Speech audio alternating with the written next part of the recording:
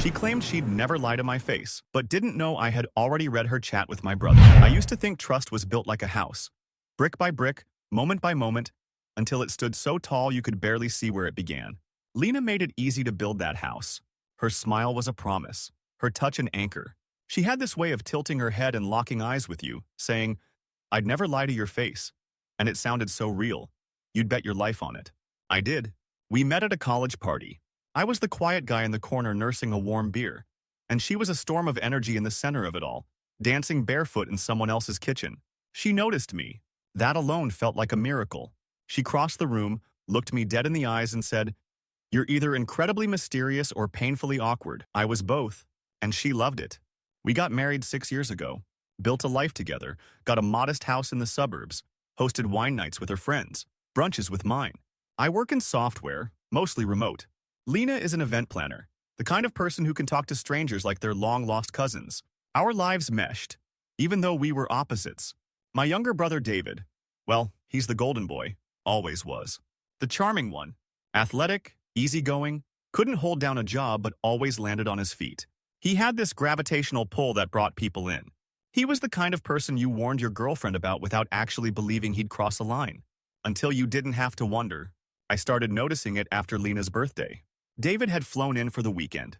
They laughed more than usual, private laughs, inside jokes I wasn't a part of. Nothing obvious, just little things. How she'd offer him the last slice of cake. How she'd light up when he complimented her hair. The way her phone would buzz late at night, and she'd turn the screen face down.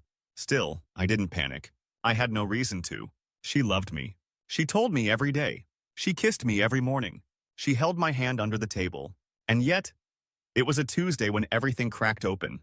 I was scrolling Instagram during a meeting, half listening, half distracted, when I saw David's latest post, a selfie from the pier. He'd captioned it something dumb like, "Sun's out, vibes up," and in the reflection of his sunglasses, I saw her. It wasn't some blurry shadow. It was Lena. Her red coat. Her hair pinned the way she only wore it when she wanted to look nice, but not like she was trying too hard. She was laughing, mid-laugh actually, and reaching out toward him. She had told me she was visiting her mother that day. Her mom lives 2 hours away.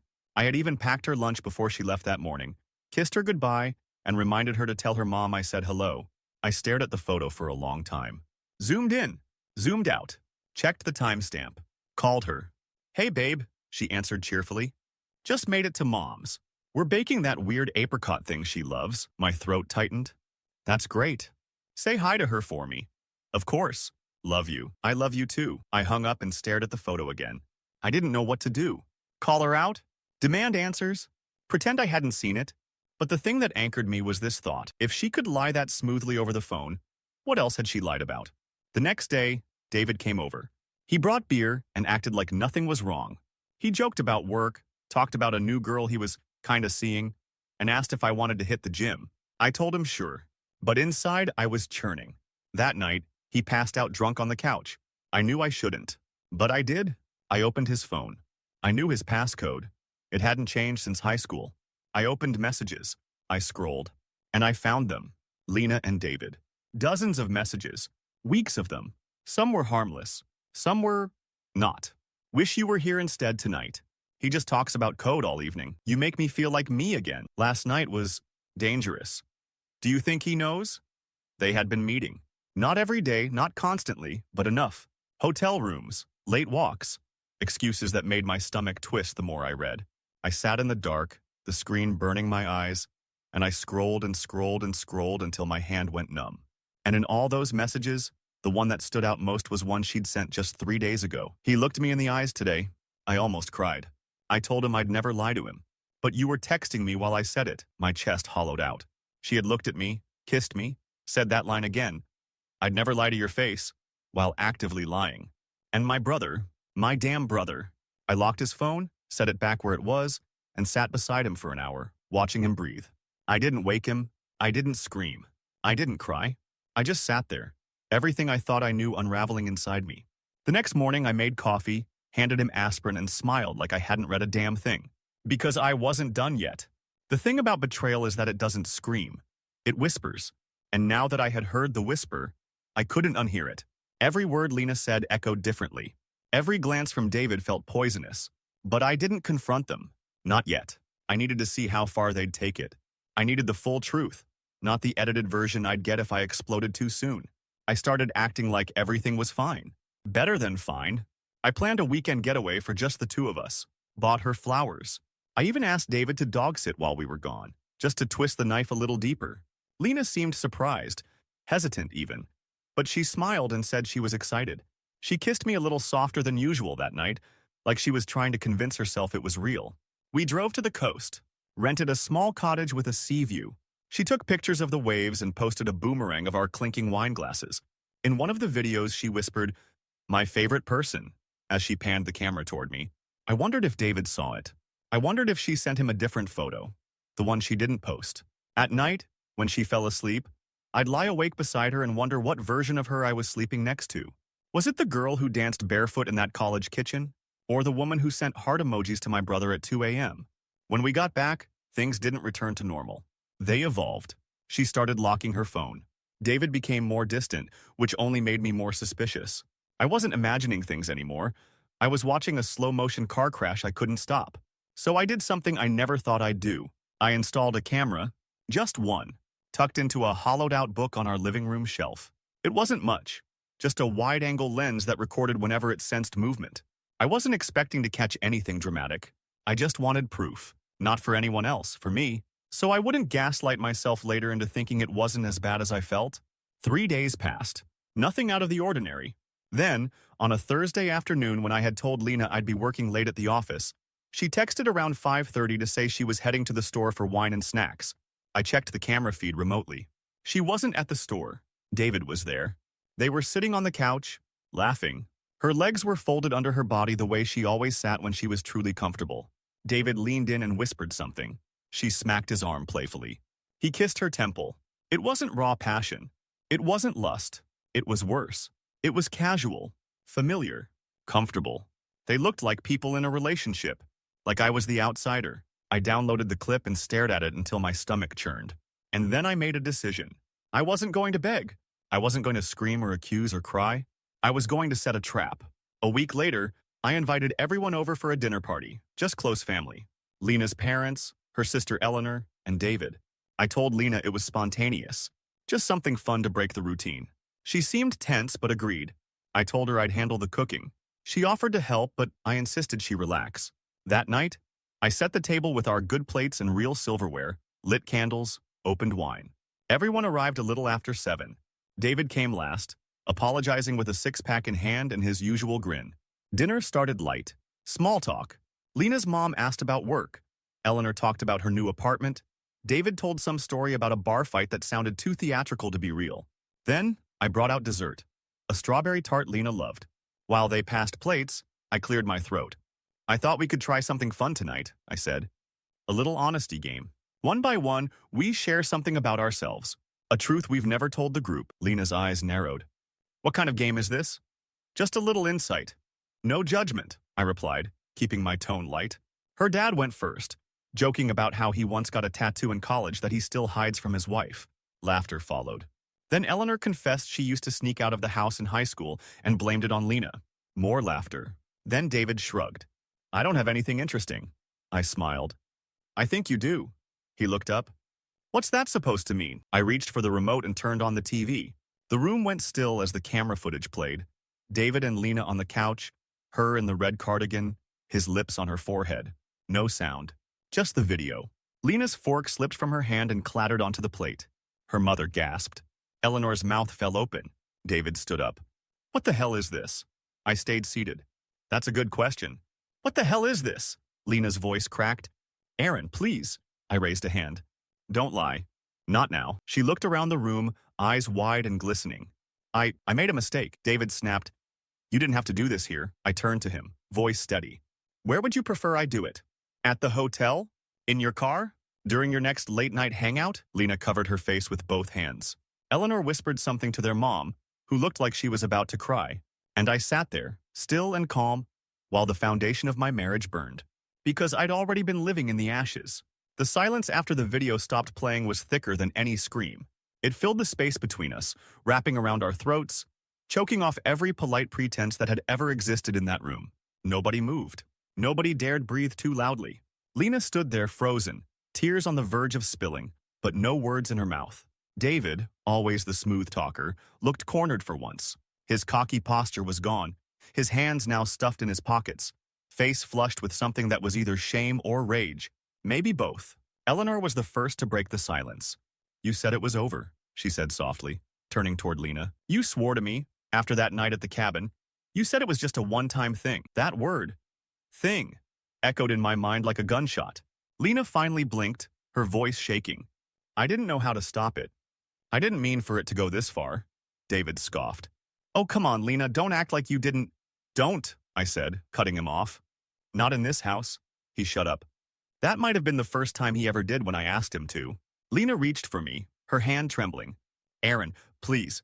I know this looks bad, but—" "But what?" I said, standing up slowly. "You weren't in my brother's arms? You didn't lie to my face while texting him from our bed?" "I was lost," she said, barely above a whisper. "You've been so distant lately." That excuse hit harder than I expected. "Distant," I repeated, incredulous. "I planned a weekend away for us. I made you dinner 3 nights in a row. I even bought tickets to that stupid wine festival you love." "You did that after," she said, defensively. "After I started pulling away. It felt like you were trying to fix something you didn't even notice was broken." I laughed. I actually laughed. "So you cheated because I made you dinner too late?" "No," she stammered. I just felt unseen. David made me feel like someone again," Eleanor muttered. "Someone who sneaks around?" Lena turned to her, pained. "You don't understand." "No," Eleanor said. "I do. I do understand, because I've been that someone in someone else's story. And I spent 2 years hating myself for it." Lena looked stunned. I took a deep breath. "I'm not going to stand here and pretend this is just some emotional misstep. You didn't trip and fall into his bed, Lena. You made a choice. Over and over again." She cried now, hands trembling at her sides. "I didn't mean to fall in love with him." That was the moment. Those words, not just a mistake, not just a drunken lapse in judgment. Love. Eleanor gasped. Her mother leaned back as if the words had physically hit her. I swallowed something sharp. "Then why are you still here?" "I don't know," she whispered. "You should leave," I said. She blinked. "Now?" "Yes, now." She looked at her parents. "Then David. Then me." "But where?" "Anywhere that isn't here," I said. "You've already been visiting enough places behind my back. I'm sure you'll figure it out." She didn't speak again. She walked out of the dining room slowly, grabbed her purse from the side table, and left. Just like that. David made a move to follow her. I stepped in his path. "Don't." "Not right now." He stared at me. "You think this is just on me?" "I know it is," I said coldly. "But more than that, I know you knew what she meant to me. And you still crossed that line." "She came to me, man," he snapped. "She was already slipping away. You were too busy playing house to notice, and you were too selfish to care that it wasn't yours to take." His mouth opened, then closed. Then he left too. Just me, Eleanor, and her parents left in the room. Her mom dabbed her eyes with a napkin. "I'm so sorry, Aaron. I don't know what to say." Eleanor stood up. "Let me help you clean this up." I shook my head. "Don't. Just thank you for being here, for not pretending." She walked over and hugged me. It wasn't awkward. It wasn't complicated. It was just kind. After they left, I sat in the dining room alone, the untouched tart still in the center of the table. The candles flickered, casting little shadows on the plates like ghosts dancing around the ruins of my life. I didn't cry. I just sat there watching the wax melt. In the following days, Lena didn't come back. She called once, left a voicemail. "I'm sorry. I don't even know who I am anymore." I didn't return it. David texted. "We need to talk." I blocked his number. Eleanor texted too, asking if I needed anything. I told her no, but thanked her. The silence in the house was deafening at first. Her shoes were still by the door, her toothbrush still in the holder. But each day I took another piece of her and packed it away, like peeling a bandage off an old wound, slow and careful. The only thing I kept was a photo. From that weekend by the coast. She was smiling, genuinely, holding a glass of wine on the deck, wind in her hair. I stared at it for a long time before turning it over and writing on the back, "The last time I believed you." Then I tucked it into a drawer I no longer opened. Because I was done remembering. But I wasn't done healing. Not yet. They say grief has stages. Denial, anger, bargaining, depression, acceptance. But no one tells you that betrayal has loops. You don't pass through them linearly. You circle back when you least expect it. You're halfway to moving on. Then something as simple as a scent or a phrase or a song throws you right back into the fire. For me, it was the scent. 3 weeks after Lena left, I found her sweater in the dryer. It was buried under towels, forgotten. When I picked it up, her perfume was still there. That subtle mix of jasmine and something earthy. She'd worn it the night of our anniversary. I held it for a moment. Just a moment. Then I threw it in the trash. By then, word had spread through our social circles. People chose sides like they always do. Some offered apologies on her behalf. Others just sent awkward thinking of you texts. And a few, quietly, confessed that they'd suspected something between Lena and David for a while. That was the worst part. The realization that I had been the only one who didn't see it coming. Eleanor, however, checked in regularly. She never pried. Never offered empty comfort. Just simple things. Do you need anything from the store? Or, I'm passing by your neighborhood? Coffee? I said yes once. We sat in her car outside my house, sipping from paper cups, rain drumming softly on the windshield. She was quiet for a while. Then she asked, "Do you want to know the truth about the cabin?" I turned to her slowly. "What truth?" I didn't want to bring it up, but you deserve to know. That night last fall, when Lena came home early from that girls' trip, I was the only other one who actually showed up. I felt my stomach drop. She told me she needed to clear her head, said she needed space. She booked that cabin for herself and invited David. I didn't speak. I didn't say anything back then because I didn't want to believe it. I thought maybe they were just reconnecting as friends, or maybe she just needed someone other than you to talk to. But after the video, after everything, I knew I had lied to myself. I looked down at my coffee. It had gone cold. She told me afterward it was a one-time mistake, that it hadn't happened again. But it did, didn't it? Yeah, I said, voice flat. It did, Eleanor sighed. I'm sorry I didn't warn you. I should have. You did, I replied. That night of the dinner party, you said it with your eyes. She gave me a small, sad smile. I guess I hoped it wouldn't come to this. We sat in silence a little longer. Then she asked the question no one else had dared. Do you still love her? I didn't answer right away, because the truth was complicated. There were nights I missed her laugh, her warmth against my back in bed, the way she used to draw smiley faces in the steam on the bathroom mirror. There were still muscle memories of love inside me. But there were also nights I replayed the video, reread the texts, remembered the exact moment her words, "I'd never lie to your face," broke into a million tiny shards I could never piece back together. I think I love the version of her that existed before the lies, I finally said. But that version's gone. Eleanor nodded. That's fair. Later that night, I went into our attic, pulled out every box labeled L and A, wedding albums, Polaroids, letters, cards from our first anniversary, a dried flower from her bouquet. I sat with it all in the middle of the floor and cried harder than I had since she left. Not because I wanted her back, but because I'd built a whole life on something that turned out to be imaginary. And mourning that dream was worse than mourning her. The next morning, I rented a storage unit. By the afternoon, every piece of our shared past was locked away in a cold metal cube. Not thrown out, just exiled. I wasn't ready to destroy it, but I couldn't live with it either. 2 days later, Lena texted, "Can we talk?" I didn't reply. So she tried again. I don't want to fix anything. I just want to say something. Against my better judgment, I agreed to meet. Neutral ground. A coffee shop halfway between her new place and mine. When she walked in, she looked tired. Not in a physical way, but like someone carrying the weight of all her choices. She sat across from me. No hug. No small talk. "I just wanted to say thank you," she said quietly. "For what?" "For not yelling. For not destroying me in front of my family. For walking away with dignity when I didn't deserve it." I didn't respond. She fidgeted with the sleeve of her sweater. I thought I wanted excitement. David made me feel seen. But now that I'm out of the fog, I realize he never really saw me. He saw what he could take from me. What he could ruin. I sipped my coffee. "He ghosted me, you know," she added. A week after that night, blocked me.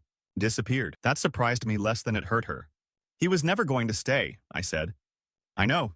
I just thought we were different." "We weren't," I said. "We were supposed to be." She looked at me, eyes watery. "Do you hate me?" "No," she blinked. "I don't have the energy to hate you," I said. "But I don't forgive you either." "Not yet," she nodded slowly. "Goodbye, Lena." She stood. "Goodbye, Aaron," and just like that, the final thread snapped. She walked out of my life a second time. Only now, it felt like closure. Real closure. The coffee shop door closed behind her, and I didn't look back. I sat there for another 10 minutes, just watching the steam swirl from my cup. People came and went. unaware that two people had just ended an entire chapter of their lives at table 7. The drive home was quiet. No music. No thoughts, really. Just the low hum of the tires on asphalt and the occasional flash of memory I kept pushing back down. When I pulled into the driveway, it struck me how still everything felt. No second car. No porch light left on for me. No shadow moving inside the living room window. The house had become a container for memory, and I wasn't sure if I lived there anymore or just haunted it. But healing doesn't look like a movie montage. It's slow, messy, unremarkable. Some days, I'd wake up feeling almost normal, then spiral into a rage when I found one of her hair ties in a drawer. Other days, I'd barely function. I'd work, eat, sleep, repeat, like a machine built for nothing but survival. One afternoon, I got a package in the mail. No return address. Inside was a small notebook. The first page read, "I never meant to fall in love with the wrong person, but I also never meant to lie to you. I'm sorry. For everything, L." I shut the notebook before turning another page. It felt like an emotional time bomb. I placed it on a shelf in the guest room closet, out of reach but not destroyed. I wasn't ready to revisit her words, not even if they were drenched in regret. Apologies, when they come too late, aren't bridges. They're tombstones. Weeks passed, then months. I started going out more, just to be around people. Not to date, not to escape, just to feel human again. I joined a trivia night at a local bar, went hiking with an old friend from college, called my parents more often, started therapy, finally, even though I'd put it off for way too long. The first few sessions I said almost nothing. Then one night I broke down, told the therapist everything. The photo, the texts, the lies, the reflection in those sunglasses that changed my entire life. She listened. No judgment, no pity, and when I finished, she said something I'll never forget. She may have lied to your face, but what you're dealing with now isn't her deception. It's your grief over who you thought she was. That hit harder than anything Lena had ever said. Because it was true. I wasn't just angry at Lena. I was grieving the life I thought I had. The marriage I thought was solid. The brother I thought I could trust. It was like losing two people at once. One through betrayal, the other through truth. I saw David one last time by accident. It was at a grocery store, 6 months after everything. He was standing in the frozen food aisle, holding a box of microwavable lasagna, wearing the same cocky smirk he'd always worn. But it looked different now. Hollow. He spotted me, froze, then tried to wave like we were old buddies. I turned around and walked away. I didn't need a confrontation. I didn't need closure. I already had it. One night in early spring, Eleanor came by. She had a box of old stuff from Lena, things that had somehow ended up at her place. "I figured you'd want the option," she said, setting it on my dining table. We sat and talked for hours. About everything. About nothing. She told me she was finally seeing someone kind. She seemed happy and I was glad for her. She stayed until almost midnight. When she left, she gave me a hug and said, "You're allowed to start over now," and that stuck with me. You're allowed to start over now. So I did. I repainted the living room, got rid of the couch Lena picked out, changed the curtains, donated half the kitchenware, adopted a dog, Cooper, a golden retriever with way too much energy and not enough awareness of personal space. But he made the house feel alive again. Little by little, the weight lifted. I no longer winced when I heard her name. I no longer checked her Instagram. I no longer replayed the video in my mind. Instead, I filled my life with new sounds. Cooper's paws on hardwood, the clinking of coffee mugs with friends, music I hadn't listened to since college. I filled my life with laughter that wasn't followed by dread. And most importantly, I forgave myself. For not seeing it sooner. For trusting too fully. For loving someone who didn't love me back the same way. It didn't mean I forgot. Or that it didn't matter. It just meant I wasn't carrying it anymore. A year after it all ended, I found myself back at the pier. The same one from David's photo. The one where I first saw her reflection. It was a quiet weekday evening. The sun was low, dipping into the ocean like it was too tired to shine anymore. I stood at the edge, hands in my pockets, watching waves slap lazily against the wooden beams below. It wasn't planned. I hadn't driven there with some cinematic idea of closure. I was just passing by on a work trip and pulled off the highway without thinking. My feet took me down the path before my brain had caught up. And then I was there, right where everything had started to fall apart.